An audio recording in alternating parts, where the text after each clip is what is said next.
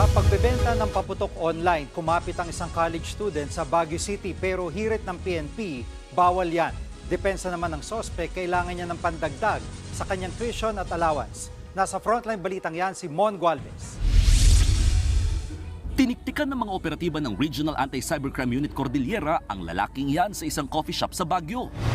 Target ng kanilang bypass ang lalaking college student na nagbebenta ng mga paputok online.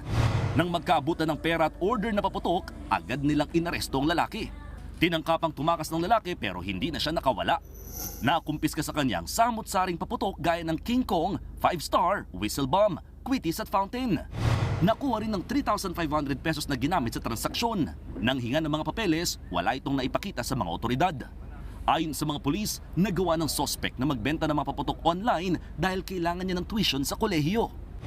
Yung mga paputok na binibenta niya ay galing din daw sa online. So parang mag-order din daw siya sa isang supplier, tapos i-deliver or ipapadala through shipment dito sa Baguio. Naharap sa patong-patong na reklamong sospek, ang PNP Anti-Cybercrime Group mahigpit daw na binabantayan ng mga nagbebenta ng paputok online. Sa kanilang tala, umabot na sa 109,000 pesos ang halaga ng mga nakumpiskang paputok mula sa 10 nilang operasyon laban sa mga online seller. If you will produce or manufacture firecrackers, kailangan may permit ka with Firearms and Explosive Office.